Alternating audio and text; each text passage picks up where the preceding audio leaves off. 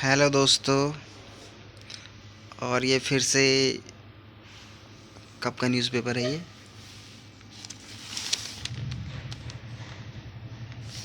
11 जनवरी, यानी आज का न्यूज़पेपर है ये।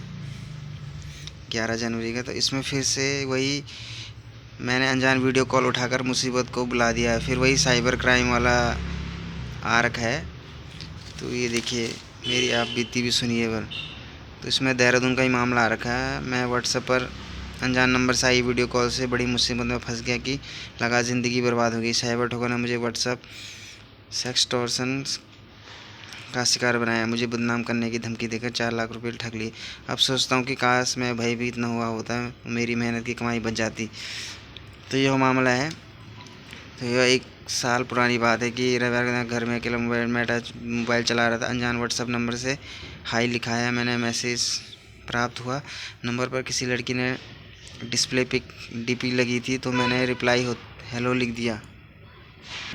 रिप्लाई में हेलो लिख दिया तो कुछ ही सेकंड में उसका वीडियो कॉल आया। कॉल उठने के बाद कुछ देर स्क्रीन पर कुछ नज़र नहीं आया। उधर लड़की की आवाज़ आ रही थी जो मुझसे मेरा हालचाल पूछ रही थी। करीब 2 मिनट तक हम दोनों के बीच नॉर्मल बात हुई। अचानक बात करने वाली लड़की ने मुझे नज़र आने लगी और देख मेरी आंखें फटी की फटी रह गई। वीडियो कॉल में लड़की आपत्तिजनक स्थिति में थी। मैंने हंस पकाते हुए आप पूछा कौन है, तो उसने मुझसे दोस्ती का प्रस्ताव रखा। आपसे दोस्ती करने के लिए फ़ोन किया है। इससे पहले मैं फ़ोन काटता उससे बातें शुरू कर दी और दोस्तों से उधार मांगे लोन लिया। ठग ने तीसरे दिन मुझे दोबारा मैसेज किया। मैं जाल में फंस चुका था, तो अब रुपये मांगे गए। इस बार उन्होंने मुझसे 3,50,000 रुपये की डिमांड करी। तो ये है। तो ये कह रहा है कि मैं जाल में फंस चुका था। शाम के समय उसी नंबर से मुझे वीडियो कॉल मिली।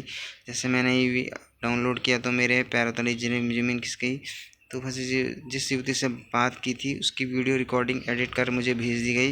वीडियो में मेरा चेहरा साफ नज़र आ रहा था। मैंने वीडियो डिलीट करने का अनुरोध किया, लेकिन कोई जवाब नहीं आया। मैं पूरी तरह रात इसके बारे में सोचता रहा। फिर कीमत चुकाने की बारी आई। दूसरे दिन 10 बजे उसी नंबर से व्हाट्सएप मैसेज प्राप्त हुआ। वीडियो डिलीट करने की एवज में मुझसे 50,000 रुपये की डिमांड की गई। न देने पर वीडियो इंटरनेट पर डालने की धमकी दी गई। आत्महत्या करने का मन बना लिया था। 4 लाख रुपये देने के बाद भी सही ठग मुझसे और रुपये की डिमांड कर रहे थे।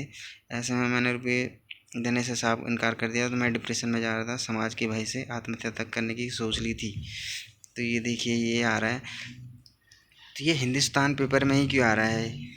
क्या हिंदुस्तान पेपर अपने न्यूज़पेपर को फेमस करने के लिए ऐसे कुछ टाइटल लिख रहा है इसमें, या ये सच में हो रहा है? तो अगर सच में हो रहा है तो हमें भी जागरूक होने की ज़रूरत है। और अगर हिंदुस्तान पेपर कोई टाइटल इसमें ऐड कर रहा है, मतलब हमें जागरूक करने के लिए, तो हमें जागरूक हो जाना चाहिए, क्योंकि ऐसे मामले बढ़ रहे हैं। हमारे साथ भी हो सकता है ऐसे। हम भी व्हाट्सएप चला रहे हैं तो व्हाट्सएप में कभी कोई लिंक आ जाता है, कभी कोई ऐड आ जाता है हमारे उसमें, कोई मतलब फ़र्ज़ी आईडी से हमें मैसेज आ जाते हैं, कोई जुड़ जाता है हमारे साथ व्हाट्सएप पे। तो इस बात का ध्यान रखना चाहिए, हमें सतर्क हो जाना चाहिए कि कोई ऐसी वीडियो कॉल या कुछ आए ना हमारे पास, क्योंकि वो एडिटिंग करके आपकी आवाज़ और आपकी फ़ोटो एडिट करके कुछ आपको धमकी दे सकते हैं। तो इस तरफ साइबर क्राइम कर सकते हैं आपके साथ।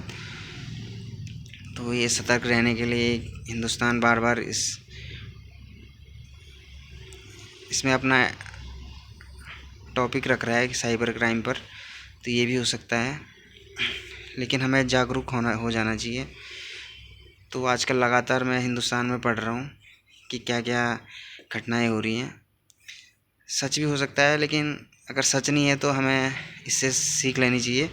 यह एक टाइटल हो सकता है हिंदुस्तान का, हमें जागरूक करने के लिए कोई टॉपिक हो सकता है। तो इस ओर हमें ध्यान देना चाहिए और ऐसे फर्जी मामलों से बचना चाहिए।